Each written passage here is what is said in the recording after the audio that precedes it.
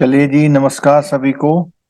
और हम लोग जो लास्ट क्लास कर रहे थे उसको कंटिन्यू करते हैं। और इस कंटिन्यूशन में हम लोगों ने कॉन्ट्रैक्ट एक्ट को स्टार्ट किया हुआ है। जितने भी तरह के कॉन्ट्रैक्ट होते हैं उन सभी को हम यहाँ वन बाय वन अब कवर करेंगे। दोस्तों, इससे पहले हम आगे बढ़े आपको बता दें, अगर आप जेआईबी सीआईबी की तैयारी कर रहे हैं और अगर आप बैंकर हैं तो ये इन्फॉर्मेशन आपके लिए बहुत इंपॉर्टेंट है। जो हमारा इंटरेक्टिव लाइव बैच है दोस्तों, जो जेआईबी का है 19,999 का बैच है, उस बैच में एमसीक्यू की क्लासेस और रिकॉर्डेड क्लासेस आपको मिल रही हैं, जो कि 4999 का चल रहा था, लेकिन अभी रजिस्ट्रेशन के दौरान आपको 1000 का स्पेशल डिस्काउंट यहां पर मिल जाएगा। और ये आप अभी करा सकते हैं 3999 में, जिसका लिंक नीचे डिस्क्रिप्शन बॉक्स में दिया गया है। जो लोग सीआईबी की तैयारी कर रहे हैं तो उसमें एमसीक्यू और केस स्टडी जो कि सर की स्पेसिफिक डेवलप की गई हैं, उसके साथ रिकॉर्डेड आपको जो भी लाइव क्लासेस होंगी पूरी, वो टीम जो है आपको पूरा लाइव कोर्स कराएगी। और उसके साथ साथ ये जो कोर्स है 24,999 का, जो कि आपको 5,999 में मिल रहा था, अभी रजिस्ट्रेशन के दौरान अगर आप करेंगे तो आपको 4,999 में मिल जाएगा। इसका लिंक नीचे डिस्क्रिप्शन बॉक्स में दिया गया है। तो पहला बेसिक इसेंशियल ऑफ कॉन्ट्रैक्ट वाला कॉन्सेप्ट क्लियर करने के बाद अब सबसे पहला कॉन्ट्रैक्ट आता है कॉन्ट्रैक्ट ऑफ इंडेमिनिटी। तो कॉन्ट्रैक्ट ऑफ इंडेमिनिटी की जब हम बात करते हैं तो वो तब होता है जब कोई फाइनेंशियल लॉस होता है। ओनली फाइनेंशियल लॉस, ये ध्यान रखना। किसको? फाइनेंशियल लॉस को कवर करने के लिए जो कॉन्ट्रैक्ट किया जाता है वो कॉन्ट्रैक्ट ऑफ इंडेमिनिटी होता है। और जो प्रॉमिस करता है, प्रॉमिस टू कंपनसेट करता है, प्रॉमिस टू कंपनसेट जो करता है, प्रॉमिस टू कंपनसेट जो करता है वो आइडेंटिफायर होता है। इंडेमनीफायर कौन होता है? इंडेमिनीफायर। और जो सिक्योर होता है बंदा, सिक्योर्ड होता है, जिसको हम प्रॉमिस करते हैं, to whom promise is made, to whom promise is made, to whom promise is made जो होता है वो होता है आपका इंडेमिनीफाइड। यानी जिसको नुकसान होना होता है, उस नुकसान की भरपाई के लिए, जो जिसकी नुकसान की भरपाई करते हैं हम उसको इंडेमनीफाइड बोलते हैं। तो यहां पर ये जो कॉन्ट्रैक्ट ऑफ इंडेमनिटी है वो हमने बताया फाइनेंशियल लॉस के केस में होती है। तो यहां पर आप देख सकते हैं क्या है कि one party promise to save the other from loss likely cause to the him. जो उसको लॉस होने वाले हैं उन लॉस को पूरा करने के लिए जो कॉन्ट्रैक्ट होता है उसको हम कॉन्ट्रैक्ट ऑफ इंडेमनिटी कहते हैं। ठीक है।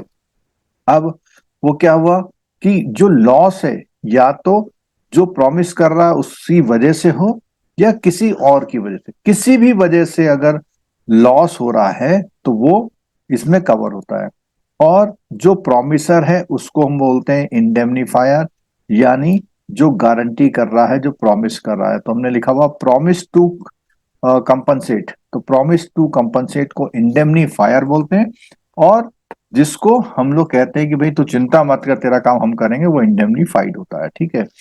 और जो इंडेमनीफाइड होता है वही, उसी के पास वो इंडेमनिटी रखी होती है और उसी को हम लोग, इंडेमनीफाइड होता है जो बंदा, उसी के पास इंडेमनिटी रखी होती है। इंडेमनिटी, इसीलिए उसको हम इंडेमनिटी होल्डर बोलते हैं, यानी बॉन्ड जिसके पास है। जैसे इंश्योरेंस का बॉन्ड है, तो इंश्योरेंस वाले केस में जो पर्सन है जिसका इंश्योरेंस हुआ है, इंश्योर्ड जो है, जो इंश्योर्ड है वो हमारा इंडेमनिटी होल्डर है। ठीक है। और इंश्योरेंस कंपनी जो है, एलआईसी जो है या कोई भी कंपनी है, वो इंडेमनीफायर है। ये केस तो इंश्योरेंस का। लेकिन बैंक की केस में देखेंगे तो अगर डुप्लीकेट ड्राफ्ट इश्यू हो रहा है, डुप्लीकेट ड्राफ्ट इश्यू हो रहा है, तो आप बता सकते हैं कस्टमर कौन है? डुप्लीकेट अगर ड्राफ्ट इश्यू होता है तो कस्टमर कौन है? आइडेंटिफायर। डुप्लीकेट ड्राफ्ट के केस में कस्टमर जो है इंडेमनीफायर है और बैंक कौन है? बैंक है इंडेमनीफाइड। ठीक है। ड्राफ्ट, डुप्लीकेट ड्राफ्ट इशू करना है, डुप्लीकेट एफडीआर इशू कर रही है, डुप्लीकेट स्क्रिप्ट इशू कर रही है, डुप्लीकेट शेयर इशू करना है, तो जो भी इंडेमनिटी होती है उस इंडेमनिटी को देने वाला वो कस्टमर होता है, क्योंकि वो कहता है कि अगर मेरे इस आपने डुप्लीकेट ड्राफ्ट इशू किया और फिर भी कोई गलती हो गई या ऑर्गेनाइजेशन से या बैंक से डबल पेमेंट हो गया तो उसकी जिम्मेदारी मैं लेता हूँ। ठीक है। तो यहाँ पर उसके कुछ राइट्स हैं, उसके कुछ क्या है, राइट है। उसको इंडेमनिटी होल्डर बोल रहे हैं, उसको प्रॉमिसी बोल रहे हैं, उसको इंडेमनीफाइड बोल रहे हैं। ये तीनों नाम एक ही बंदे के हैं, जिसके पास इंडेमनिटी है, जिसने क्या है, जिसको प्रॉमिस मिला हुआ है किसी के द्वारा, और जो कि इंडेमनीफाइड है। तो इस तरह से देखा जाए तो क्या राइट्स होते हैं उसमें? पहली बात तो ये कि section 125 of the contract act में कॉन्ट्रैक्ट ऑफ इंडेमनिटी की बात की गई है। ठीक है। और क्या राइट है उसके? उन्होंने कहा the promise is entitled to recover, promisee यानी जिसके पास इंडेमनिटी है, इंडेमनिटी होल्डर को ही प्रॉमिसी बोलते हैं, वो रिकवर कर सकता है किससे? प्रॉमिस और इंडेमनिफायर से। क्या? In respect of matter to which the promise हो, जिस मतलब के लिए वो इंडेमनिटी प्रॉमिस किया गया है। ठीक। क्या? वो सारी डैमेज, इन शब्दों को जरा टेक्निकली देखिएगा, जरा क्या लिखे हुए, डैमेज, कॉस्ट, और all sum paid in compromise not contrary to the indemnity और right to sue for specific purpose। तो पहली बात क्या है? जितने भी डैमेज होते हैं उसको क्या बोलता है? To pay in any suit in respect of any matter to which the promise is to indemnify apply. कहने का मतलब है उसको जो भी नुकसान हुआ, नुकसान हुआ, एक तो होता है नुकसान, एक होता है खर्चा। जैसे मान लिया मेरी गाड़ी टूट गई, नुकसान हो गया। खर्चा क्या है? मेरी गाड़ी टूट गई, मुझे कोर्ट जाना पड़ा, मुझे 10 साल लग गए, मुझे 5 वकील बदलने पड़े, वो क्या है? कॉस्ट। तो उसने बोला हुआ डैमेज तो जो है, जो रियल नुकसान हुआ, कॉस्ट उसके साथ में। जैसे ही मे बी कंपेल्ड टू पे if in any shoot, if in bringing यानी कोर्ट में आने का खर्चा, डिफेंडिंग इट उसको केस को लड़ने का खर्चा, duly followed the indemnifier and acted prudently had there been no contract of indemnity, or if indemnifier authorised him to bring or defend the suit. तो इसमें एक बात आती है कि पहले उसने बोला जो भी भैया नुकसान हुआ वो ले लो, दूसरे में बोला जो तुम्हारा खर्च हुआ किसी भी मामले में कोर्ट में जाने में, उसको डिफेंड करने में, तीसरा आपको इस बीच में कोई कॉम्प्रोमाइज करना पड़ गया किसी से के साथ, किसके कारण?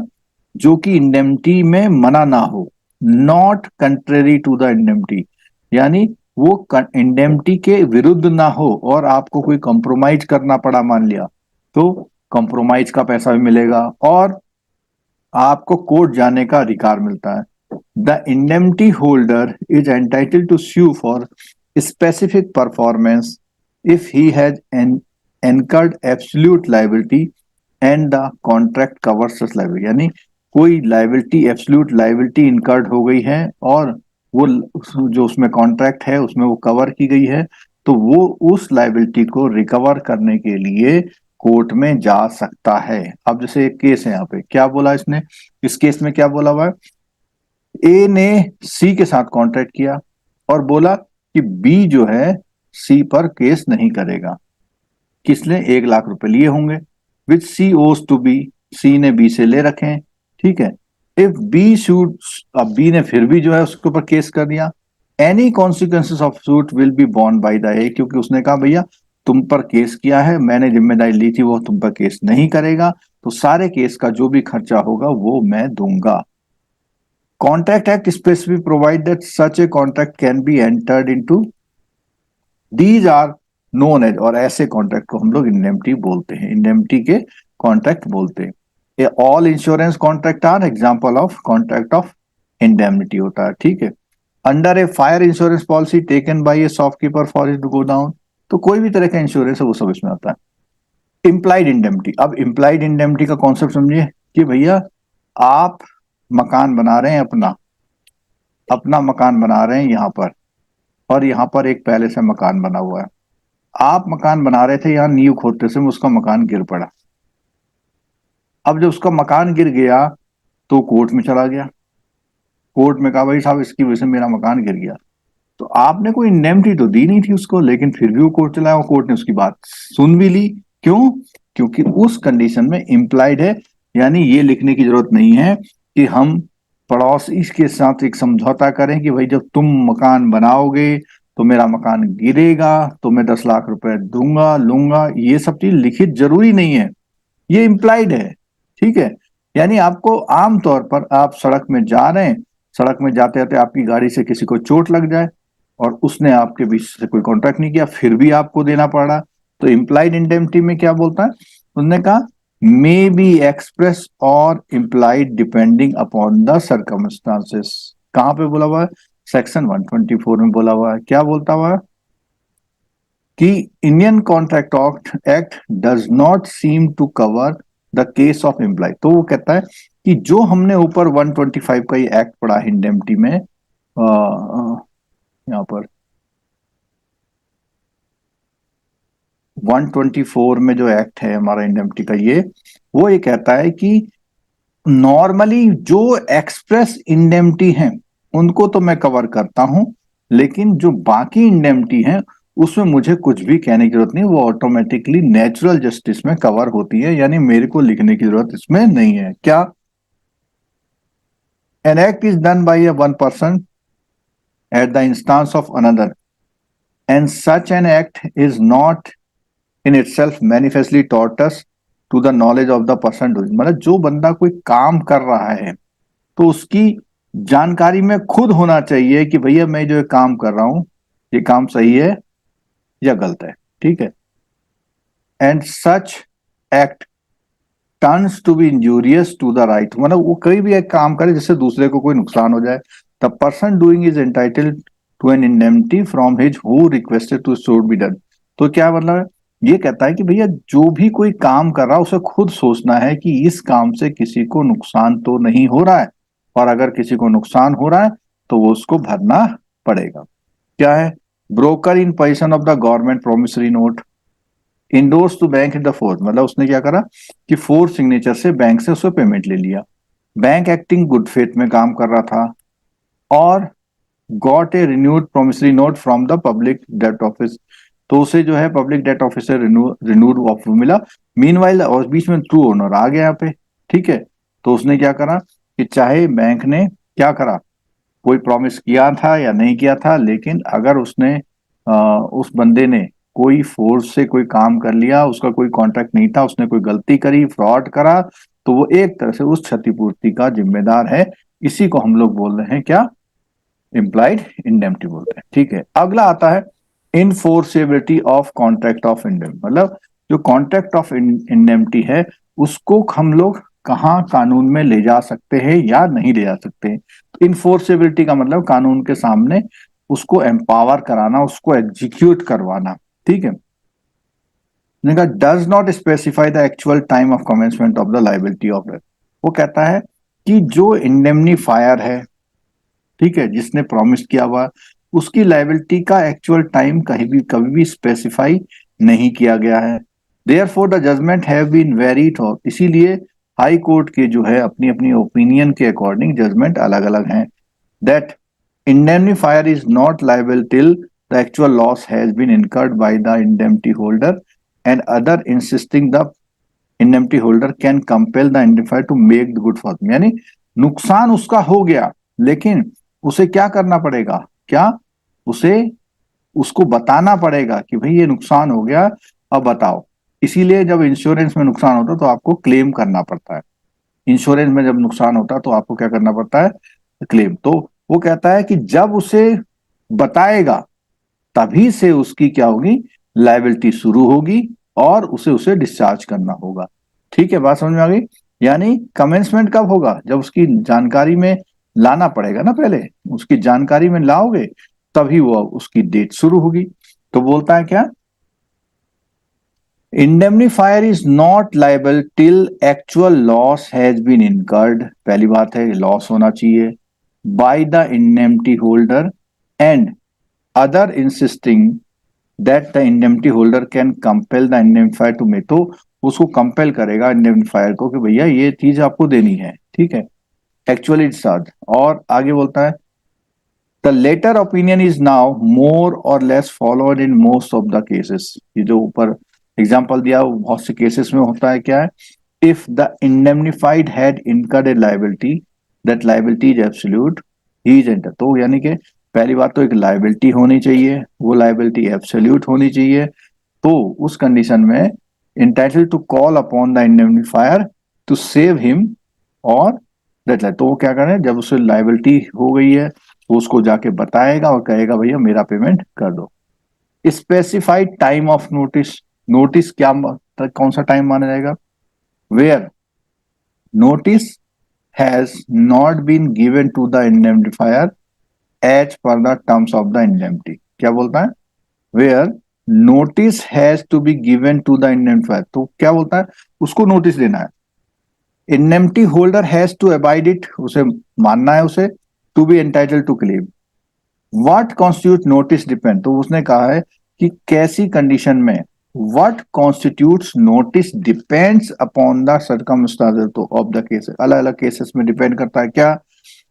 अब इसमें केस में क्या है, इंग्लिश लॉ में क्या बोलता है, इंडेम immediately often use such contract means as quickly as responsibility reasonably possible. उन्होंने कहा इमीडिएटली बताना है, तो उसने इमीडिएटली को डिफाइन किया हुआ है as quickly as is reasonably, मतलब जितना भी जल्दी हो सके आप बताएं, ठीक है। अब इसमें केस है, इसमें क्या बोला, इंश्योर्ड मोटर व्हीकल चोरी हो गया, तो insurance policy required to the assured to send the notice, तो उसे नोटिस भेजने के लिए इंश्योरेंस पॉलिसी चाहिए थी। इंश्योरर इमीडिएटली ऑन थेफ्ट और on the other criminal act, the assured reported a theft to be police immediately but inform the insurer only after a 1 month. After a month उसने क्या करा, उसने police को तो immediately बता दिया लेकिन इंश्योरेंस कंपनी में 1 महीना बाद दिया। Question for decision was whether this could be regarded as notice given immediately. The court held that the term immediately implies notice to be given with promptitude avoiding unnecessary, मतलब ऐसा ना हो कि 5 साल बाद आप जा रहे हैं, ठीक है। And the immediate reporting to the police conveyed bona fide, तो उसने बोला कि पुलिस में रिपोर्ट करना भी एक ओके है, therefore indemnification can not be denied even if reported तो आफ्टरवर्ड। समझ में आई बात, कि भैया वो लायबिलिटी को उसको बताना है, लायबिलिटी ऑफ द इंश्योरर कि बताना है कि ये नुकसान हुआ। अब उस नुकसान को बताने में वो 1 महीने का डिले भी हो गया तो भी उसको क्या मानना है, डिले नहीं मानना है, क्योंकि उसने पुलिस को तो इमीडिएटली बता दिया था, वो इंश्योरेंस कंपनी को थोड़ा सा लेट पहुंचा, ठीक है। तो जल्दी से बताइए, इसमें यहाँ पर पहला है फिल इन द ब्लैंक वाला क्वेश्चन है, इसमें पहला वाला क्या बोलता है, insurance policies are contract which are in, कैसे होते हैं इंश्योरेंस में, अभी हमने देखा कैसे होते हैं, इंडेमनिटी के कॉन्ट्रैक्ट। पार्टी इंडेमनिटी में कितनी होती हैं, तो इंडेमनिटी पार्टी में कितनी होती हैं, गारंटी में होती हैं 3, लेकिन इंडेमनिटी में 2 होती है क्योंकि एक ने दूसरे को प्रॉमिस कर दिया। गारंटी में एक प्रॉमिस दूसरे से हो रखा है, उस प्रॉमिस का ना ब्रेक हो, एक और बंदा एंट्री करता है, तो गारंटी में 3 पार्टी होती हैं और इंडेमनिटी में लीस्ट 2 पार्टी, 2 और मोर, ठीक है। इंडेमनिटी वेदर स्टेटमेंट कौन सा, who is indemnified can recover damage as well as cost of the, बताओ जिसको इंडेमनिफाई किया हुआ वो डैमेज के साथ कॉस्ट ले सकता है, बिल्कुल ठीक है, yes. Where notice has to be given to the as per terms of the indemnity, the indemnity holder has to abide by it to be entitled to claim। तो बिल्कुल ठीक है कि जहां पे नोटिस देना है, जहां पर नोटिस दिया जाना है, तो उसने कहा as per terms of the indemnity the indemnity holder has to abide by it, indemnity holder उसको वो करना है to be entitled to claim, अपने अगर उसमें लिखा हुआ है पहले से टर्म्स की भैया 30 दिनों में आप क्लेम करेंगे, तो जैसे वो आपका नहीं, ये वाली जो स्कीम्स हैं सोशल सिक्योरिटी वाली, उसमें कुछ टाइम है कि 90 दिनों में शायद क्लेम करना पड़ता है, उसके बाद क्लेम करेंगे तो नहीं मिला, ऐसा कुछ होता है। तो वो कहता है अगर उसमें लिखा हुआ in terms of the indemnity लिखा हुआ ये बात, तो आपको उसी अकॉर्डिंग करनी है, ठीक है। In the contract of indemnity the promissory is the indemnifier, ठीक है। चलो अब देखो, जैसे हमने बताया था कि जब आपने कॉन्ट्रैक्ट पढ़ लिया तो कॉन्ट्रैक्ट पढ़ने के बाद बाकी वाले जो कॉन्ट्रैक्ट है वो थोड़ा सा जल्दी कवर हो जाते हैं। अब बात करते हैं हम कॉन्ट्रैक्ट ऑफ कौन सा, गारंटी, जो सबसे ज्यादा मतलब यूज किए जाने वाला एक तरह से कॉन्ट्रैक्ट है वो आपके बैंक में क्या है, कॉन्ट्रैक्ट ऑफ गारंटी। ठीक है, तो यहां पर देखते हैं पार्टी, हमने बताया कि पार्टी पहली बात तो कम से कम 3 होती हैं और उनके नाम क्या क्या होते हैं देख लीजिए। एक इधर है, एक इधर है, इन दोनों के बीच में कॉन्ट्रैक्ट हो रखा है। अब एक आ गए गारंटर साहब, ये आ गए गारंटर ने इनको भी गारंटी दे दी कि अगर यहाँ कुछ गड़बड़ होती है तो हम देंगे। तो अब ये जो गारंटी है इसी को हम लोग क्या बोलते हैं, श्योरिटी भी बोल रहे हैं। ठीक है, जो दे रहा है। ठीक है, person in respect of whose default the guarantee is given is called the principal debtor, यानी कि ये लोनी है, लोनी है जिसको हम लोग प्रिंसिपल डेटर बोल रहे हैं। ये हमारा तीसरा बंदा जो है बैंक है और वो गारंटर है। ठीक है, तो इसको हमने जो लोनी है उसको प्रिंसिपल डेटर बोला हुआ है, प्रिंसिपल डेटर, और इसको हमने बोला हुआ है प्रिंसिपल क्रेडिटर या बेनिफिशियरी। तो इसको क्या बोला हुआ हमने,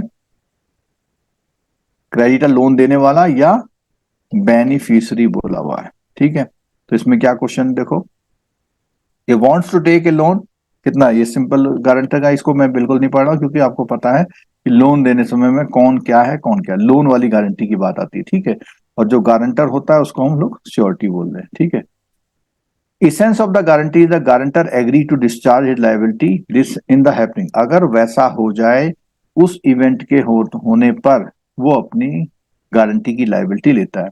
कब, वो जब प्रिंसिपल लेटर फेल हो जाता है अपने काम में, जैसे ही प्रिंसिपल लेटर अपने काम में फेल होगा तो इसका काम शुरू हो जाता है, यानी उसको वो परफॉर्म करनी पड़ती है। Contract of guarantee must be supported by consideration, अब उसमें बोला हुआ है कंसिडरेशन होना चाहिए, क्यों दे रहा है, and consideration between creditor and principal debtor, कुछ ना कुछ होना चाहिए, गुड और गुड कंडीशन, यानी उन दोनों के बीच का जो हमने बताया था यहाँ पे, ये कॉन्ट्रैक्ट वाला जो है नीचे वाला जो दो बंदे हैं ये वाले, इनके बीच का जो कॉन्ट्रैक्ट है वो कॉन्ट्रैक्ट क्या होना चाहिए, लीगल होना चाहिए, और वो जो भी कॉन्ट्रैक्ट की पूरी कंडीशन है उसमें पूरा हो। अगर यही कॉन्ट्रैक्ट खराब है तो गारंटर का कोई फायदा नहीं है। तो यहां पर है basic principles of contract to be complied, यानी कौन कौन सी बेसिक चीजें जो पूरी करी जानी है। उसने क्या कहा, उसने कि कंसीडरेशन, पहला पॉइंट यहाँ पर क्या आ गया, ऑल द प्रिंसिपल्स ऑफ, जो भी कॉन्ट्रैक्ट होते हैं कंसीडरेशन होना चाहिए। यहाँ पर कुछ भी अब बताने की जरूरत नहीं, क्यों, क्योंकि वो बोला हुआ कंसीडरेशन, उसमें था ना कि इसके बदले में ये मिलेगा, तो किसके बदले में, उसने कहा कि ये काम करेंगे तो ये मिलेगा, तो कंसीडरेशन है। ठीक है, तो इसमें क्या है, एनीथिंग डन और एनी प्रॉमिस मेड, किसी ने दो में कर दिया, for the benefit of principal debtor. ठीक है, किसके, प्रिंसिपल डेटर का मतलब लोनी के अगेंस्ट में, लोनी को सपोर्ट करने के लिए कुछ किया गया। Is a sufficient consideration to for the surety for giving the guarantee, तो वो गारंटी देने के लिए क्या है, काफी है। दिस इज एक्सप्लेन, अब इसमें क्वेश्चन में बोला हुआ क्या कि बी रिक्वेस्ट ने ए से किया कि भैया सेल और deliver him goods on credit, क्या करे वो, बी ने रिक्वेस्ट की ए से, दुकानदार से, शॉपकीपर है, इससे जो है दुकानदार से रिक्वेस्ट की भैया आप मुझे सामान उधार दे दो, तो उसने कहा कर लिया, बट उसने कहा कि सी मुझे एज ए गारंटर चाहिए, उसने दे दिया। सी प्रॉमिस करता है गारंटी का payment in consideration of as promise, किसके, कि भैया ए का जो कंसिडरेशन था, ए का जो प्रॉमिस था, उस प्रॉमिस के बदले में बी इसने क्या करा, guarantee the. This is sufficient consideration for, मतलब ए ए ने कुछ देना है, ये बोलता है कि C promises to guarantee the payment in consideration of A promise, A के प्रॉमिस के बदले में उसने क्या दिया हुआ है, गारंटी की हुई है, और ए ने क्या लिया हुआ है, कुछ सामान लिया हुआ है, तो ए के सामान के बदले की गारंटी है। ठीक है, अब हम बात करते हैं लाइबिलिटी ऑफ द श्योरिटी।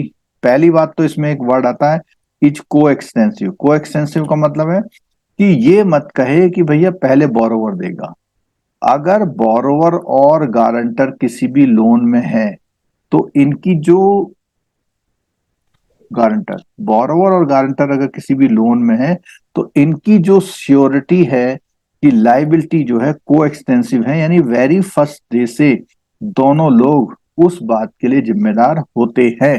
वो अलग बात है कि हम पहले ट्राई करते हैं किससे, बोरोवर से, और बोरोवर से जब नहीं मिलेगा तो फिर किससे, गारंटर से। ठीक है, तो liability of the surety is को extensive with that of the principal debtor unless it is otherwise provided by the तो वो कहता है अगर कॉन्ट्रैक्ट में लिखा हुआ है कि भैया इसकी गारंटी तब शुरू होगी जब मैं मर जाऊंगा, तो अगर लिखा हुआ तो अलग बात है, नहीं लिखा हुआ तो को एक्सटेंसिव है, वेरी फर्स्ट डे से दोनों गारंटी चालू हो जाती है, दोनों की जिम्मेदारी है। ठीक है, और a surety is regarded as a favoured debtor, यानी वो भी एक तरह से डेटर की लाइन में खड़ा है। ठीक, this means that only if the principal debtor is unable to pay debtor, the surety takes the place of the principal debtor। यानी वो कहता है फेवर डेटर, इसका मतलब क्या है कि जिस दिन वो अनेबल हो जाएगा, जैसे ही वो अनेबल हो डिक्लेयर हो जाएगा, उसी दिन से वो श्योरिटी उसकी जगह ले लेता है। Any sum of money owed to the principal debtor becomes payable surety, this include even the interest that the principal debtor may owe to the creditor again once the surety has paid the debt he occupy। तो उसने एक बात और बोली है कि अगर surety ने आपका बैंक का पैसा दे दिया, then he occupies the place of the original creditor. यानी कि कहने का मतलब क्या है, ए है, बी है, ए जो है बैंक है, बी क्या है, बोरोवर है। इसने क्या करा, एक गारंटर ले लिया, इसने पैसा नहीं दिया बोरोवर ने, तो गारंटर ने दे दिया। जैसे ही गारंटर पैसा पेमेंट करेगा उसी दिन से ये तो आउट हो गया, और ये जो जी है, जी इसके लिए एक क्या हो जाएगा, क्रेडिटर हो जाएगा। यानी अब बी को जो पैसा देना है वो पैसा बैंक को ना देके इस गारंटर को देना, तो कहता है उसकी जगह पर आ जाता है वो। He can then claim from the principal debtor entire sum, तो जो भी उसने उसको दिया था उससे वो ले सकता है। ठीक है, और इनकी जो लाइबिलिटी है, दोनों की लाइबिलिटी हाउएवर को एक्सटेंसिव, फिर भी क्या बोलते हैं, it is allowed for a surety to be limit her, और तो वो क्या है, वो एक्सटेंसिव तो है लेकिन श्योरिटी अपनी लिमिट को क्या कर सकता है, लाइबिलिटी को लिमिट कर सकता है। यानी वो कहेगा भैया कि अगर आप इसकी जमीन बेचोगे तो पैसा मिलेगा, तो लोन बंद हो जाएगा, अगर फिर भी नहीं होता तो मैं दूंगा। इसका मतलब क्या, उसने अपने आप को लिमिट कर लिया, उसने कहा पहले उसकी जमीन बेचो तब मैं दूंगा। ठीक है, इसमें क्या है, पी ने सी से कितने 80,000 रुपए लिए, guarantee given by the S, S ने गारंटी दी। S could have been a guarantee in the following form of limit his liability under the guarantee, I guarantee था, उसने कहा भैया मेरी जो गारंटी तो देता हूं लेकिन मेरी लिमिट कितनी है, 50,000 की। तो ऐसे क्या कर सकते हैं हम उसको, अपनी लिमिट को, लिमिटेड लाइबिलिटी को लिमिटेड कर सकते हैं। ठीक है, कंटिन्यूइंग गारंटी मतलब, कंटिन्यूस गारंटी का मतलब क्या होता है, कंटिन्यू गारंटी का दिस कहता है extend A series of transaction, मान लिया रोजाना लेते जाता है सामान, कभी कभी पैसे देते जाता है, तो जो बैलेंस बचता है तो उसने कंटिन्यू की कि भैया जब तक ये सामान ले जाता रहेगा, पैसे देता रहेगा, ठीक है, जिस दिन पैसे नहीं देना बंद कर देगा उस दिन से मैं इसकी गारंटी ले लूंगा। ठीक है, continuous. Death of the surety, अगर भैया गारंटर ही मर जाए तो क्या होगा, उसने कहा this is not true in all cases. हाँ, ये कहता है कि डेथ के केस में the guarantee ends from that date, जिस दिन उसकी डेथ हो, लेकिन कहता है ये सब केस में सही नहीं है। कहता है depend upon the term of the, अगर आपने कॉन्ट्रैक्ट में लिखा हुआ है कि अगर आपकी डेथ हो जाती है तो उस कंडीशन में आपके जो बच्चे हैं वो उसका पेमेंट करेंगे, यानी कि उस कॉन्ट्रैक्ट में कंडीशन लिख दी गई है, उस कॉन्ट्रैक्ट में कंडीशन लिख दी गई है कि नहीं भाई बचेगा नहीं, देना तो पड़ेगा। ठीक है, तो वो डिपेंड करता है किसमें, आपके इस केस पे डिपेंड करता है कि किस तरह की आपका कॉन्ट्रैक्ट हुआ है। ठीक है, the intention of the parties as regards future transaction, the death of the surety operates. ठीक है, तो इसमें बोलता है कि ये डिपेंड करता है कि इंटेंशन ऑफ द पार्टीज और कॉन्ट्रैक्ट पे डिपेंड करता है।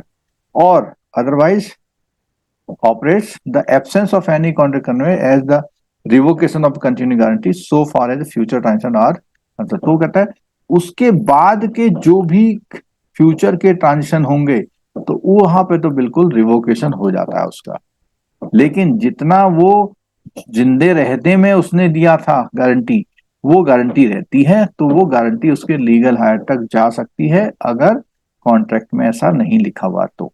ठीक है, all guarantee obtain by the bank are continuing guarantee होती है। In case of the death of guarantee would recover future, this is a practice precise reason when the information guarantor that received the bank prefer to, वो क्या करता है उस account को वहां पर रोक देता है। ठीक है, variance in terms of the contract. अब मान लिया कॉन्ट्रैक्ट में कोई बदलाव आ जाए, सेक्शन 133 के अगर कॉन्ट्रैक्ट में बदलाव आएगा तो आपकी कंसेंट लेनी पड़ेगी, किसकी? श्योरिटी की। अगर आपने श्योरिटी की कंसेंट नहीं ली तो वो कॉन्ट्रैक्ट जो है फेल हो जाएगा, आप गारंटर को प्रेशर नहीं डाल पाओगे। ठीक है, discharge of principal debtor. Principal debtor का डिस्चार्ज कहता है, वो कहता है principal debtor is release by any act or omission of the creditor the legal consequences which discharge the principal. तो कहता है कभी कभी मान लिया ए ने बी को लोन दिया जो बैंक है, और बैंक जो है इसको एक नो ड्यूज दे देता है। अगर इसने इसको नो ड्यूज दे दिया तो समझ लीजिए कि जो नो ड्यूज होता है, अगर इसने नो ड्यूज दे दिया तो ये नो ड्यूज देते ही जो गारंटर है वो फ्री हो जाता है। ठीक है, चलो फॉरबियरेंस टू स्यू। अब फॉरबियरेंस टू स्यू में क्या कहता है? Mere forbearance on the part of the creditor to sue the principal debtor. वो कहता है कि अगर आपने प्रिंसिपल डेटर यानी कि जो बोरोवर है उस पर केस नहीं किया, और to enforce any other remedy against, उसके अगेंस्ट में कोई भी रेमेडी नहीं ली, डज नॉट डिस्चार्ज, मतलब कहने का मतलब है अगर आप ये ए जो है कोई नोटिस नहीं भेजता, कोई कुछ नहीं करता इसको बी को, तो इसका मतलब ये नहीं कि जी बच जाएगा। ठीक है, यानी डेटर को फ्री करना या डेटर को कोई काम ना करने का मतलब ये नहीं कि वो भी बच जाएगा। ठीक है, जैसे B owes to the C A debt guarantee by A. ठीक है, ए ने गारंटी करी है, debt become payable, however C does not sue B for the year after the debt become payable despite his this for. वो कह रहा है 1 साल तक उसने कोई भी केस नहीं किया, फिर भी वो कहता है forbearance of A, despite the forbearance A is not discharged from his suretyship। तो उसने कहा कि वो ए को अभी क्या कर रहा है, भूला हुआ है, इसका मतलब ये नहीं कि वो क्या हो गया, उसकी गारंटी खत्म हो गई। ठीक है, अब कई बार क्या होता है, को सियोरिटी होती हैं, दो एक से ज्यादा होते हैं, तो उसने कहा कि वो कहता है अगर वो किसी को सियोरिटी को छोड़ता है तो इसका मतलब ये नहीं कि दूसरे को छोड़ दिया। ठीक है, जब तक उसे नहीं छोड़ेगा तो नहीं छोड़ेगा। Surety can claim his due from the principal debtor. क्या मतलब हुआ, जैसे उन्होंने बताया कि उसने बैंक को पेमेंट कर दी, गारंटर ने पेमेंट कर दी किसको, बैंक को। अगर बैंक को गारंटर ने पेमेंट कर दी तो वो क्या कर सकता है, अपना क्लेम उससे डेटर यानी कि जो ओरिजिनल बोरोवर था उससे ले सकता है। सिक्योरिटी, अगर मान लिया सिक्योरिटी ले रखी है, ठीक है, benefit of the every security which the creditor had against the principal debtor at the time of जब लोन दिया था। ठीक है, whether the suitor knows the existence of such security or not, the creditor lost such security, then surety is discharged to the extent of the। अब मान लिया कि उसने जब लोन लिया था ए बी और गारंटर, तो लोन लेते समय हमने 60 लाख की सिक्योरिटी ली थी, अब वो सिक्योरिटी इसने बैंक ने छोड़ दी, तो गारंटर उतने अमाउंट का, जैसे मान लिया यहाँ पर एक लोन है 80 लाख का, उसमें से हमारे पास 60 लाख की क्या है, सिक्योरिटी थी। अब बैंक ने किसी भी तरह उस सिक्योरिटी को डिस्चार्ज कर दिया। सिक्योरिटी को जब डिस्चार्ज किया तो गारंटर उस कंडीशन में केवल 20 लाख के लिए जिम्मेदार होगा, क्योंकि वो कहेगा भैया तुमने वो सिक्योरिटी क्यों छोड़ दी। Misrepresentation made by the creditor. तो कई बार क्या होता है, जो लोन देने वाला है अगर वो कुछ गड़बड़ करके लोन दे देता है, गारंटर को कुछ गलत बता के देता है, तो उस कंडीशन में क्या होगा, गारंटर बच जाएगा। गारंटर बच जाएगा, यानी आपको कोई भी चीजें छुपानी नहीं है guarantor. Implied promise by the principal debtor to indemnify the surety. अब देखो, ए और बी के बीच में कॉन्ट्रैक्ट है और जी जो है यहाँ पर गारंटर है। तो वो कहता है कि ये मान लो कि अगर जी ने ए को पैसा दे दिया, तो इसका मतलब ये नहीं है, इसका मतलब ये नहीं है, अगर ए ने बी को गारंटी दे रखी है तो बी का मतलब ये नहीं है कि वो डिस्चार्ज हो जाएगा। इस कंडीशन में हम क्या करते हैं कि जी ने पेमेंट कर दिया बैंक का, जी ने बैंक का पेमेंट कर दिया, अगर जी ने भी बैंक का पेमेंट कर दिया तो इस कंडीशन का मतलब यह है कि बी डिस्चार्ज नहीं होगा। अब बी जो हो जाएगा गारंटर हो जाएगा किसका, जी का।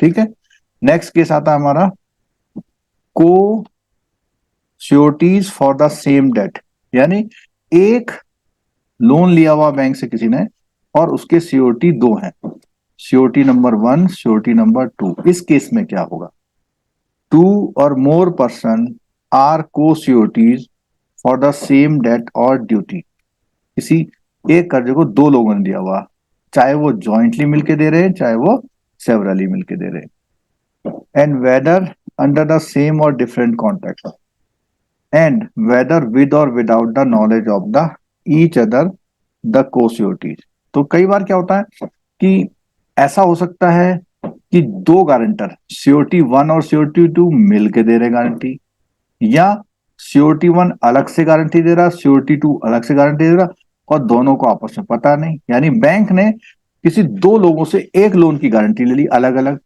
तो उसमें क्या कहते हैं, चाहे उन्हें पता हो या ना पता हो, नॉलेज हो या ना हो, तो उसमें कहता है in absence of any contract of the contract, contract में कुछ कॉन्ट्ररी नहीं लिखा हुआ है तो दोनों लाइबल हैं as between to pay each and equal share of the whole debt. तो क्या होगा, दोनों को क्या करना पड़ेगा, इक्वल शेयर आधा आधा देना पड़ेगा, और दैट पार्ट जैसा कि कॉन्ट्रैक्ट में लिखा हो। तो या तो कहते हैं कि अगर कुछ भी नहीं मालूम है तो दोनों को आधा आधा, और that part of it which remains unpaid by the principal, और यह जितना पैसा बचेगा वो देना पड़ेगा। ठीक है, revocation of continuous continue guarantee, कि जो गारंटी चल रही है वो कब रिवोक हो जाती है, तो उसने बोला by the notice to the creditor. वो कहे भैया अब जो है आगे से मैं इसकी गारंटी नहीं लेता, वहां रुक जाएगा। फ्यूचर ट्रांजेक्शन, जो श्योरिटी है वो कंटिन्यूइंग गारंटी को रिवोक कर सकता है। Future transactions means and imply only those transaction done between the surety and the creditor। आप तो उसने कहा जैसे ही नोटिस आ जाएगा तो उसके बाद वो उसके बाद से रिवोक हो जाता है। ठीक है, चलिए बताइए ट्रू फॉल्स में, contract of indemnity, the indemnifier is primarily liable. Indemnity के कॉन्ट्रैक्ट में कौन लायबल है, true. in the contract of indemnity the identifier is primarily indemnifier is primary liable। भाई इंडेमनिफायर जो होता है वही लायबल है प्राइमरी, बिल्कुल ठीक है। Contract of guarantee the surety is the secondary, बिल्कुल ठीक है। पर यहां पर ये होता है कि कई बार क्या होता है कि को एक्सटेंसिव वाला को क्लॉज लग एग्जिस्टिव जाता है। है कौन सर। सा, को एक्सटेंसिव वाला, इसका बी का आंसर एक बार देख लेते हैं, ट्रू है। ठीक है, ट्रू है, ठीक है। Anything done for the benefit of the principal debtor is sufficient consideration to the surety for give। बिल्कुल है कि प्रिंसिपल डेटर के बेनिफिट में अगर उसने कुछ काम कर दिया है उसी के बदले में तो आप गारंटी दे रहे हैं, बिल्कुल ठीक है। Whether there are co-sureties released by the creditor, one of them does not discharge, बिल्कुल ठीक है। मतलब दो गारंटर हैं, अगर एक को बैंक ने छोड़ भी दिया तो इसका मतलब ये नहीं दूसरे को छोड़ देगा। ठीक है, प्रिंसिपल डेटर नीड नॉट पे the surety after the surety has paid the amount amount to creditor. क्या बोलता है? Principal debtor need not pay the surety, principal debtor need not pay the surety after the surety has paid the amount to the creditor. क्या बोला इसने कि अगर guarantor ने bank को पैसा दे दिया तो कहता है क्या ये जो बोरोवर है, बोरोवर को इसको पैसा नहीं देना? गलत, देना पड़ेगा, क्योंकि गारंटर ने तो अपनी जान बचाने के लिए बैंक को तो दे दिया, लेकिन बोरोवर ने पैसा आप किसको देना पड़ेगा? गारंटर को। ठीक है, चलो इसमें फिल इन द ब्लैंक भी देख लीजिए। Surety is also known as the, जो श्योरिटी, अब देखो ये नेम नेम वाली बात आ गई है। श्योरिटी कौन होता है? जिसने श्योरिटी दी है, जिसने श्योरिटी दी है, तो हम श्योरिटी वाले केस में क्या लेते हैं? गारंटर होता है। Liability of the surety is co-extensive होती है। Guarantor which extends to series of transaction, उसको हम कंटिन्यूइंग गारंटी बोलते हैं। Surety is if the principal letter is release by the, फिर डिस्चार्ज हो जाता है। अगर बैंक ने कभी भी किसको, जो लोन लेने वाला, उसको कहा जाओ भाई तुम छूट गए, तो ऐसा करते ही कौन? श्योरिटी भी क्या होता है? यानी अगर उसने नो ड्यूज उसको दे दिया, नो ड्यूज अगर बोरोवर को दे दिया, तो समझ लो गारंटर को भी मिल गया। ठीक है।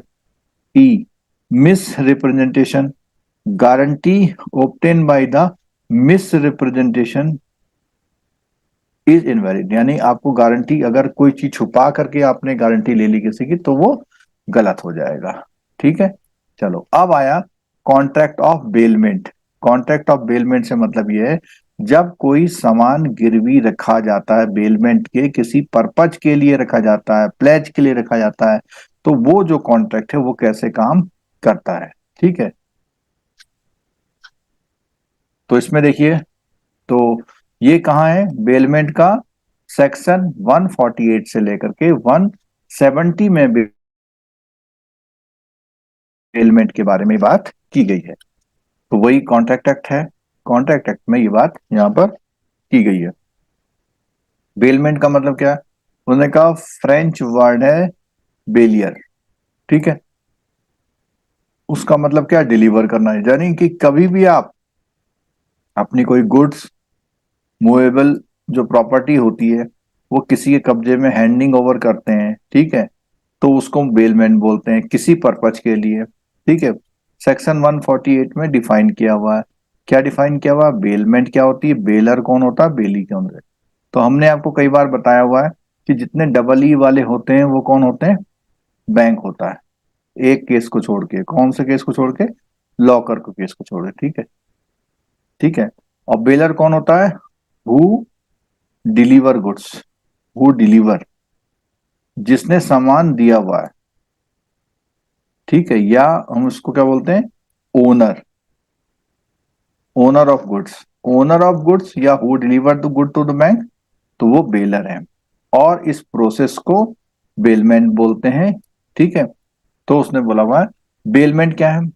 Delivery of goods by one person to another person upon a contract that they shall when purpose in complete be return, यानी उसमें कंडीशन है कि मैंने आपको कुछ सामान दिया किसी पर्पज के लिए, ठीक है, एक पर्सन ने दूसरे को दिया किसी कॉन्ट्रैक्ट में, तो क्या करते हैं? सामान को रखते हैं, लेकिन जैसे ही पर्पज पूरा हो जाएगा वो सामान को वापस कर देगा, तो ये बेलमेंट है। ठीक है, इसमें है person already in position of the goods to another contract to hold them as a bailee. तो कई बार क्या होता है कि पर्सन ऑलरेडी उस सामान को रखे हुए है, goods of another contract to hold them as a bailee, he thereby becomes the bailey and the owner becomes the bailor of such good। ठीक है, although the goods may not have been specifically delivered by way of bailment। तो इसमें जो bailment में क्या condition है, उसने कहा वो बेली हो जाता है कब?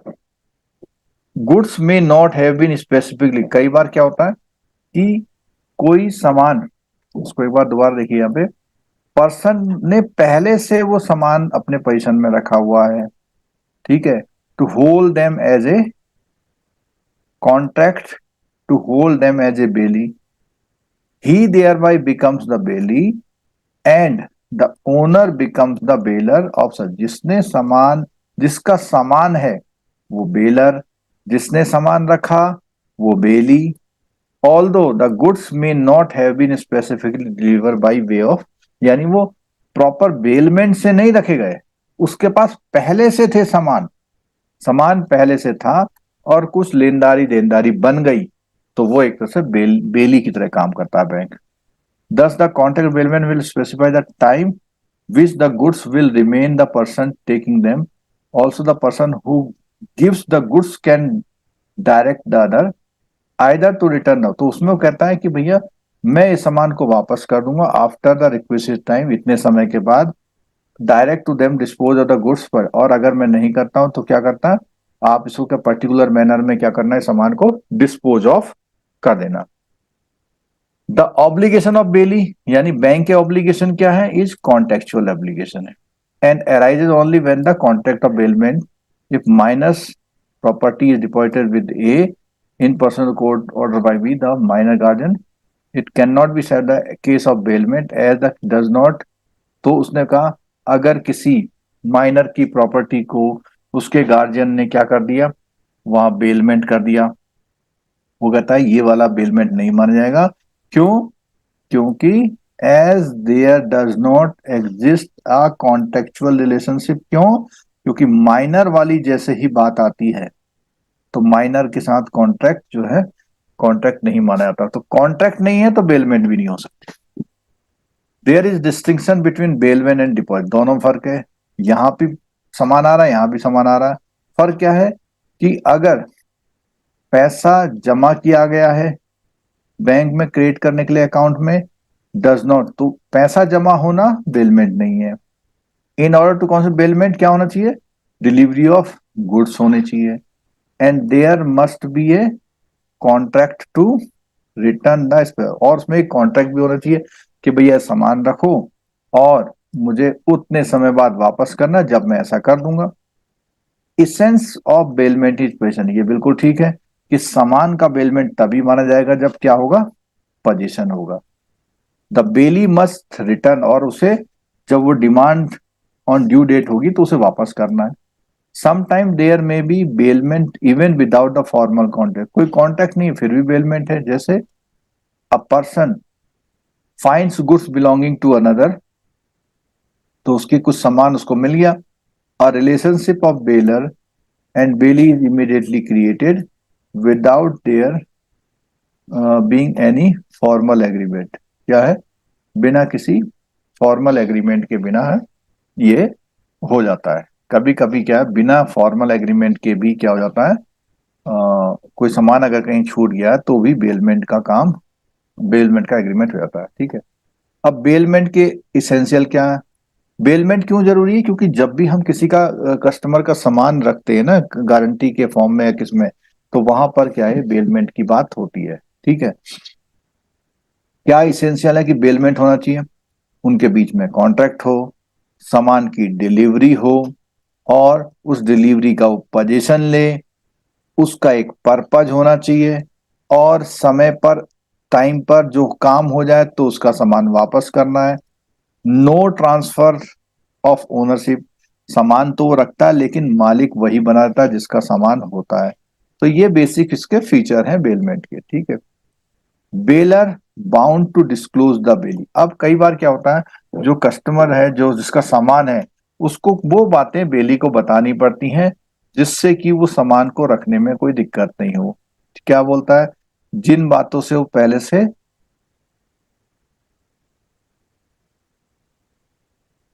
जिन बातों से वो पहले से अवेयर होता है बताना पड़ता है। और and which material interfere with the use of them, कि उसके यूज करते समय वो बातें बतानी जरूरी हैं।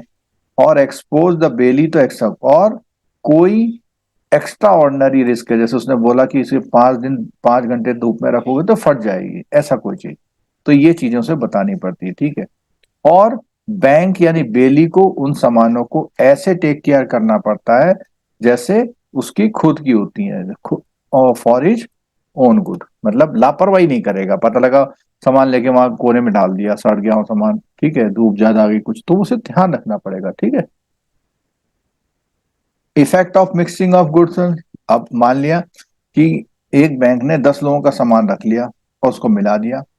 अब मिलाना ऐसे मिलाया कि वो सेपरेट नहीं हो पा रहा है, तो क्या कहते हैं, वो उस कंडीशन में फिर बैंक रेस्पॉन्सिबल होगा। उसने कहा कि अगर if the Bailey mixes the goods of the baler with his own goods, the baler and the bailee shall have an interest in proportion to their respective share in the mixture thus produced। ठीक है, तो वो क्या करता है कि उसी proportion में उसे देना पड़ेगा।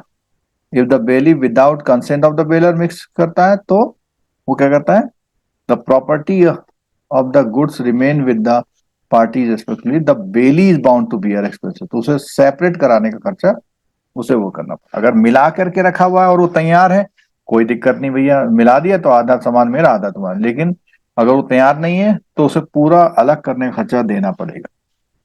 Duties of the bailee with regard to the, तो बैंक की क्या ड्यूटीज हैं, क्या करना है उसने, उसने कह रहा है कि रिटर्न करना है गुड्स को जब वो पर्पज एक्सपायर हो जाए।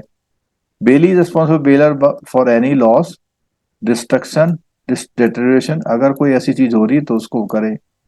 In the absence of any contract to contrary, the bailee is bound to deliver to the bailor any increase। तो उसने कहा कि अगर कोई सामान आपने किसी का गिरवी रखा हुआ है और वो सामान कहीं बढ़ जाए, उससे कोई प्रॉफिट हो जाए, तो वो उसको आपको वापस करना पड़ेगा। और बैंक के राइट क्या है, बैंक के राइट है, अगर उसके सामान की वजह से कोई बैंक को लॉस हो जाएगा तो वो देना पड़ेगा। और गुड फेथ में डिलीवर करा हुआ है, according direction to bailer the bailee is not responsible to the owner. तो अगर वो सामान किसी और को डिलीवर कर दिया बैंक ने गुड फेथ में, ठीक है, तो उस कंडीशन में वो बेलर के प्रति रिस्पॉन्सिबल नहीं होगा। ठीक है, फिर है goods are to be kept to be carried or to have work done upon them. तो कई बार क्या होता है कि जो भी सामान रखा हुआ है, to have work done upon them, उसमें कुछ और एडिशन हो गया, तो बेली रिसीव करेगा वो रेमुनरेशन जो उसको एक्स्ट्रा एक्सपेंसेस उसने खर्च करे थे उसमें। बैंकर्स लियन क्या होता है कि जितनी सामान जो है, उसने कहा bailee has rendered any services involving the exercise of labour or skill in respect of the goods bail to him, he has a right to retain such goods until he receives due remuneration। तो वो कहता है अगर किसी सामान को रखा है, उसके बदले में कुछ पैसा मिलना था बैंक को, उसने पैसा नहीं दिया, तो उसको अधिकार है उस सामान को तब तक अपने पास रखने का जब तक वो उसका पैसा वापस ना कर दे। ठीक है, चलिए अगला देखिए। इसमें देखिए वेदर स्टेटमेंट क्या बोलता है, baler is person who delivers his good to the surety. बिल्कुल ठीक है, जिसने सामान दिया वो कौन है, बेलर है। To the surety to enable him to give a guarantee. वो कहता है baler is person who deliver the good to the surety to enable him to give a guarantee. तो इसमें पूछा हुआ है कि अगर वो किसी गारंटर को सामान रख दे कि मेरी गारंटी दो, सामान रख लो, तो वो ये बात स्टेटमेंट में ट्रू है या फॉल्स है, ये बतानी है आपको। ठीक है, अच्छा उसके बाद हमें पता है कि जो भी इसका बेलर बेली का संबंध होता है उसमें श्योरिटी बीच में कभी नहीं आया। यानी बेलर जो डिलीवर करता है वो किसको देता है, बैंक को देता है सामान, तो श्योरिटी से बेलर का कोई भी मतलब नहीं है। ठीक है, bailee can use the goods given to the bailor in manner he like. क्या मतलब आपने किसी को अपना घोड़ा रखने को दे दिया कि भैया 10 दिन इसे पाल लो, तो उसे खूब जो है घुमा रहा है, दुनिया की सैर कर रहा है, क्या ऐसा है अधिकार, नहीं, वो कंडीशन के ऊपर डिपेंड करेगा। ठीक है, bailee can keep goods bail to him need to return, need not to return the same, गलत है, वापस करना पड़ेगा। Giving a product on rent for use of another person is contract of bailment. Rent पर कोई चीज देना क्या बेलमेंट है, रेंट पर देना, आपने कोई सामान किसी को किराए पे दिया, रेंट पर दे दिया, तो क्या वो बेलमेंट है? बताओ। इसमें जो है डी वाले में ट्रू दे रखा है, तो यानी कि giving a product on rent to use to another person is contract of bailment. इसका मतलब ये हुआ कि कोई प्रोडक्ट किसी ने रेंट में दिया हुआ है for use to another person is a contract of bailment. To दिया हुआ यानी सामान को देना किसी खास पर्पज से भी बेलमेंट है। Ornament kept in safe deposit locker are stolen in spite of due care of the bank is liable। Safe deposit locker के ऑर्नामेंट चोरी हो गए बैंक ने, जबकि बहुत ही क्या करी थी, वो करी थी। Bank is liable to the depositor of ornament. क्या वो उसके ऑर्नामेंट के उसमें होगा? नहीं होगा। क्यों? क्योंकि बैंक अगर ड्यू केयर केयर कर रहा है, हाँ, इंश्योरेंस से पैसा मिल जाए वो अलग बात है, लेकिन जब बैंक ने अपनी पूरी केयर करी फिर भी चोरी हो गया तो बैंक लायबल नहीं है। इट इज ऑब्लिगेशन तो बेली टू कीप द सेपरेट, बिल्कुल हाँ, उसे उसकी सामान को सेपरेट से रखना पड़ेगा। ठीक है। Baler is liable to pay any loss to the Bailey.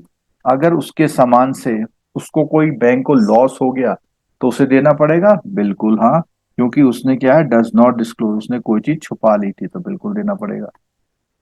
If the Bailey has rendered any service involving the exercise of labor or skill in respect of the goods bailed to him. If the bailee has rendered any service involving the exercise of labor or skill in respect of the goods bailed to him, he has a right to retain। तो अगर उसने क्या नहीं करा, उसको कोई खर्चा करना पड़ गया बैंक को, तो क्या उसे पेमेंट देनी पड़ेगी? बिल्कुल देनी पड़ेगी उसे। For a contract bailment to be valid there should always be the contract between the party in writing. तो क्या बेलमेंट का जो वो है कि हमेशा क्या रिटर्न में होना चाहिए? कॉन्ट्रैक्ट जो होना चाहिए बेलमेंट का, क्या हमेशा रिटर्न में होना चाहिए? नहीं। देखो बात आती है कॉन्ट्रैक्ट क्या ओरल हो सकता है? हाँ जी हो सकता है। जब कॉन्ट्रैक्ट ओरल हो सकता है तो बेलमेंट का कॉन्ट्रैक्ट भी ओरल हो सकता है, इसलिए क्या हो जाएगा, false. For a valid bailment position of bailed good with the bailee is must, बिल्कुल पोजीशन की जरूरी है। ठीक है। चलिए अगली यूनिट है हमारी कॉन्ट्रैक्ट ऑफ प्लेज वाली, यानी प्लेज की कंडीशन में क्या होता है। ठीक है। प्लेज और बेलमेंट में एक चीज बहुत सेफ है, सेम है, कि delivery of goods.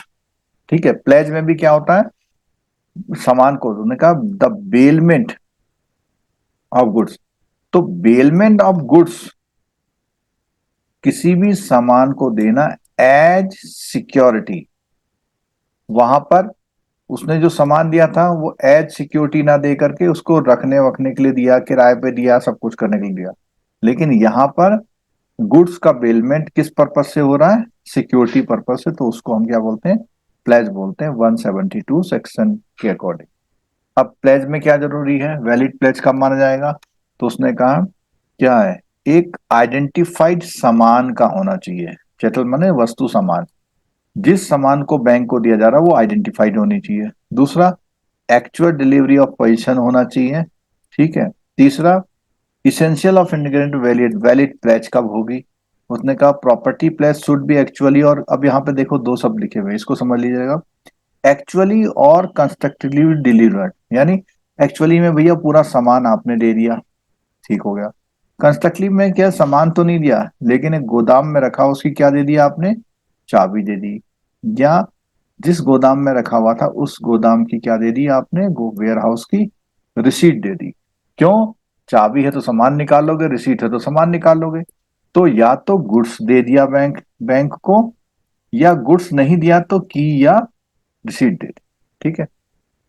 Pony has only a special property in the pledge while the general property remains with the pawners wholly revert to him on the। पहली बात तो ये बिल्कुल ठीक है कि जैसे ही कर्जा दे देगा तो उसे वापस करनी है। दूसरी बात यहां पर पूछता है कि जो पौनी है, has only special property in the pledge while the general property remains with the pawner. तो इसमें बात आती है पॉनर कौन है, पौनी कौन है। पॉनर कौन है, पौनी कौन है। पौनी है बैंक, पौनी कौन है, बैंक है। तो बैंक के पास स्पेशल प्रॉपर्टी है, लेकिन उसके जो जनरल राइट है, जनरल राइट अभी भी पॉनर यानी कस्टमर के पास रहते हैं। ठीक है। नेचर ऑफ प्लेज की बात आती है यहाँ पर, तो उसमें बोलता है कि इसको समझ लेना, पौनी कौन है, बैंक। पॉनर कौन है, कस्टमर या बोरोवर, क्योंकि उसने कर्जा ले रखा। ठीक है। उसने डिफॉल्ट कर दिया, तो pawnee may bring the suit against the pawner. उन्होंने कहा भैया कि मैं केस लगा रहा हूं, and retain the goods, security की तरह रखता है, और ही में सेल, सेल भी कर सकता है एक नोटिस दे करके। ठीक है। और if the purpose of such sale are less than the amount due, यानी आपका ड्यू है 10,000, सामान है 50,000 का, इस कंडीशन में पॉनर को स्टिल लायबल है कि वो बैलेंस दे बाकी। ठीक है। मतलब 10,000 रुपए का लोन है और सामान केवल 5,000 का निकल रहा है, तो बाकी पैसे लोन वाले को देने पड़ेंगे। If the proceeds of sale greater है तो उसको वापस, नॉर्मल केस है, इसमें कोई पढ़ने की जरूरत नहीं। ठीक है। It is important to note that all contract pledge are type of bailment as brought under. मतलब उसने कहा प्लेज है, यानी उसने कहा इतने सारे बेलमेंट के केस है मान लिया, लेकिन उसमें से इतने केस किसके हैं, प्लेज के। यानी प्लेज है तो बेलमेंट जरूर होगा, लेकिन बेलमेंट है तो जरूरी नहीं प्लेज हो, वो नॉर्मल कस्टडी भी हो सकती है, यानी कि रेंट भी हो सकता है। अगर किसी ने किसी का सामान यूज कर रहा है, रेंट में रखा हुआ है, तो भी बेलमेंट है, लेकिन प्लेज नहीं है। ठीक है।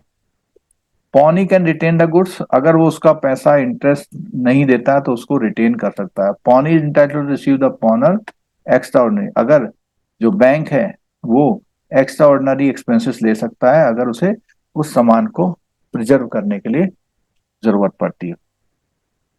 Where person pledge goods in which he has only a limited interest, the pledge is valid to be the extent of the interest. तो उसने कहा कि अगर कुछ लिमिटेड इंटरेस्ट है उसका, पर्सन ने प्लेज किया है गुड्स को लिमिटेड इंटरेस्ट के साथ, the pledge is valid to be the extent of, जितने तक का उसने रखा। मैंने कहा भैया इसकी हाफ वैल्यू तक मैं प्लेज कर रहा हूं, तो हाफ वैल्यू।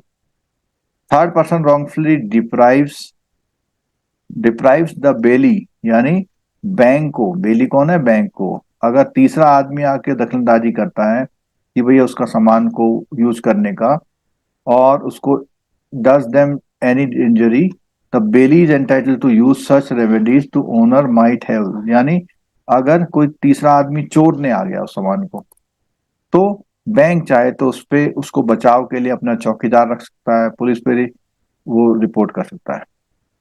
अब यहाँ पे प्लेज बताया है बिना एक्चुअल पोजीशन के भी, तो हमने बताया था कंस्ट्रक्टिव डिलीवरी भी होती है। क्या होते हैं, it allow the custody of the movable property place to remain with the debtor for a special purpose, but this does not vitiate the effective of the, मतलब उसने कहा है कि डेटर ने सामान देना था, लेकिन उसने अभी सामान नहीं दिया, उसने उस सामान को अभी अपने पास रख के बोला कि मैं इसे बाजार में बेचने जा रहा हूं, लेकिन ये आपका ही है। कहने का मतलब ये हुआ कि अगर बैंक के पास सामान नहीं भी आता है, लेकिन वो एग्रीमेंट में है कि सामान आपके पास में भेज रहा हूं और 10 दिन बाद भेजूंगा, 20 दिन बाद भेजूंगा, तो जब तक भी वो सामान ना आए लेकिन एग्रीमेंट में है, तो भी वो प्लेज की फॉर्म में काम करती है। प्लेज बाय प्लेजी, अब देखो कि जो प्लेजी है, प्लेजी कौन है, बैंक है, तो the pledgee further pledge the movable property pledge, मतलब ए ने बैंक को दी सामान, बैंक बैंक ए ने बैंक बी को दे दी, तो उसके बारे में कहता है will be valid only if the extent of the interest of the pledgee which is equivalent to the amount, मतलब वो उतने ही अमाउंट के लिए उसको क्या करेगा, प्लेज कर सकता है आगे। If he has held case के बारे में। ठीक, चलिए क्वेश्चन देखिए। In a pledge the goods are delivered to be kept security for debt performance of promise. बिल्कुल, किसी कर्जे के लिए या किसी परफॉर्मेंस के लिए सामान दी जाती है तो उसी कंडीशन में वो प्लेज होती है। Pawnee can sell the goods if pawner fails, बिल्कुल कर सकता है, ठीक है। He pawnee can sell the goods without giving notice to the owner, नहीं, उसे नोटिस देना जरूरी है, ठीक है। Pawnee can keep the goods even after, अगर उसने पेमेंट कर दिया तो उसे ड्यूज पेमेंट कर दिए तो रख सकता, नहीं रख सकता, ठीक है। Pawnee pledge can be replace to the pledge goods, बिल्कुल वो आगे उसको प्लेज कर सकता है, ठीक है। चलिए अब आया contract of agency. Contract of agency में क्या है, जब आप एज ए प्रिंसिपल होते हैं और कस्टमर का काम कोई करते हैं, ठीक है।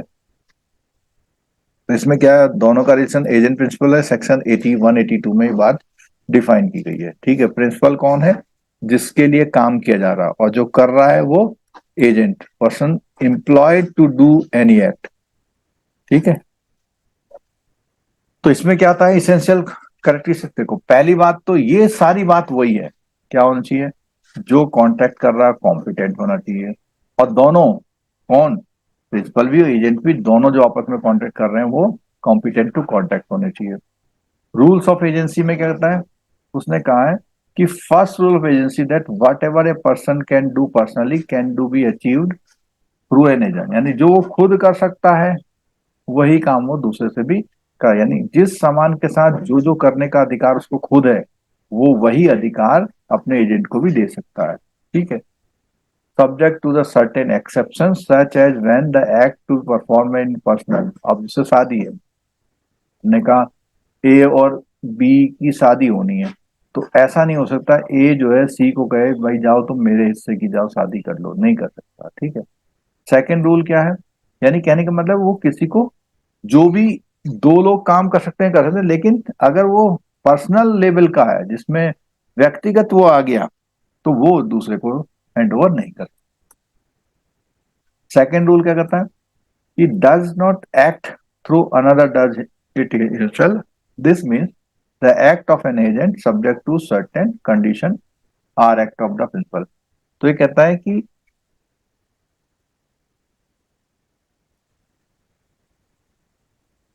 he that he who does an act through another does it himself. This means the act of an agent subject to certain condition are act, मतलब एजेंट जो भी कर रहा है वो ये माना जाएगा वो भैया प्रिंसिपल कर रहा है, भले ही एजेंट कर रहा है क्योंकि उसने उसे ऑथराइज किया हुआ है। Also been emphasized section 226 of the act, contract enter into through an agent, an obligation arising from an act done by agent may be enforced in the same manner as the, तो उसने कहा कि जैसा भैया principal, अगर काम किया हुआ है एजेंट ने, काम किसने किया हुआ, एजेंट ने, लेकिन केस जब लगाया जाएगा तो ऐसे लगाया जाएगा जैसे वो काम किसने किया हुआ, प्रिंसिपल ने। अब इसमें बोलता है टाइप ऑफ एजेंट्स कैसे होते हैं, कैसे होते हैं, on the basis of extent of their authority, on the basis of nature of the work perform by them. तो एक तो उसमें क्या अथॉरिटी के आधार पे होते हैं, दूसरा किस तरह का वर्क उन्हें परफॉर्म करने को दिया। तो एक्सटेंट ऑफ अथॉरिटी वाला देख लो क्या कहता है, स्पेशल एजेंट उसे किसी खास काम के लिए दिया गया है, उसने कहा एक मकान बेचने के लिए, तो उसने कहा परफॉर्म ए पर्टिकुलर एक्ट के लिए। जनरल एजेंट जैसे पावर ऑफ अटॉर्नी होता है, जनरल उसने कहा सारे काम करने के लिए दे दिया। यूनिवर्सल एजेंट बोलता है actually authority to act principal is unlimited, सब कुछ, ठीक है, सब कुछ करने की। जनरल एजेंट में बहुत सारे काम आ गए और इसमें क्या सब कुछ, ठीक है। नेचर ऑफ वर्क परफॉर्म क्या होता है, मर्केंटाइल और कॉमर्शियल एजेंट की तरह काम करना, व्यापारिक एजेंट की तरह। बैंकर होता है, बैंक एक कस्टमर के बिहाफ पे काम करता है। और तीसरा क्या है, नॉन मर्केंटाइल एजेंट, जैसे सॉलिसिटर, ये क्या है, ये वकील लोग, attorney, insurance agent, forwarding agent, ये भी एक एजेंट है लेकिन ये मर्केंटाइल या कॉमर्शियल एजेंट नहीं। राइट क्या है एजेंट्स के, एजेंट राइट है, एजेंट की ड्यूटीज एंड राइट, तो उसने बोला हुआ है कि ड्यूटीज की बात करें, द ड्यूटीज ऑफ एजेंट क्या होती है भैया, वो बिल्कुल वैसे ही काम करेगा जैसा उसने प्रिंसिपल ने बोला हुआ है, स्पेसिफिक डायरेक्शन में काम करेगा, और वर्क को रेशनली दिमाग से और केयर से करेगा, लापरवाही नहीं करेगा, और वो ने कहा प्रॉपर अकाउंट वगैरह मेंटेन करेगा प्रिंसिपल के दिखाने के लिए, और कम्युनिकेट करेगा with the principal if he faces any difficulty in discharge to their function. ठीक है। To pay the principal all sum received, जो भी पैसा प्रिंसिपल का आएगा वो प्रिंसिपल को सारा पैसा देगा। ठीक है। Without the knowledge of principal वो कोई भी काम नहीं करेगा।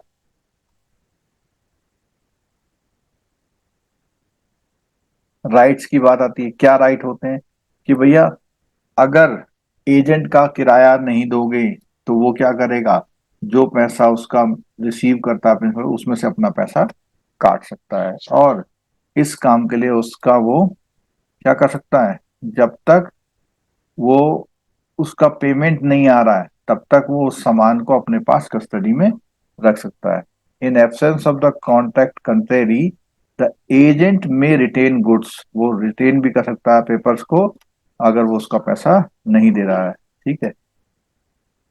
प्रिंसिपल की ड्यूटीज क्या है, प्रिंसिपल की ड्यूटीज क्या है, उन्होंने कहा indemnify the agent against the consequence. उन्होंने कहा कि उसको कहेगा, एजेंट को कहेगा भैया जो भी तुम काम कर रहे हो तुम काम करके आओ, गलती होगी तो मेरी जिम्मेदारी।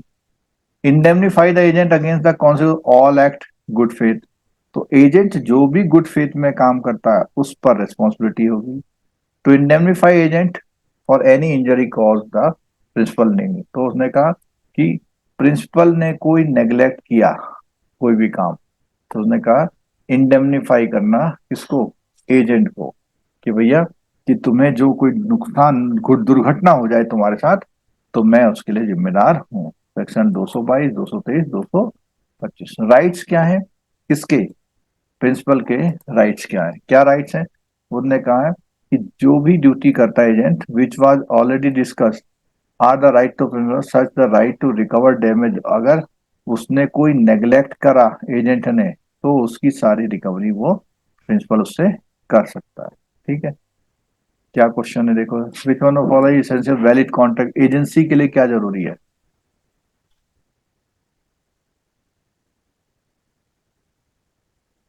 सारे, क्योंकि दोनों का कॉम्पिटेंट होना जरूरी है कैपेसिटी, और कंसीडरेशन भी जरूरी है, ऑल ऑफ दो। ट्रू फॉल्स में देखिए, agent is appointed to act as a connecting link to bring the principal into the binding contractual relation with the third person। Agent को प्रिंसिपल के ने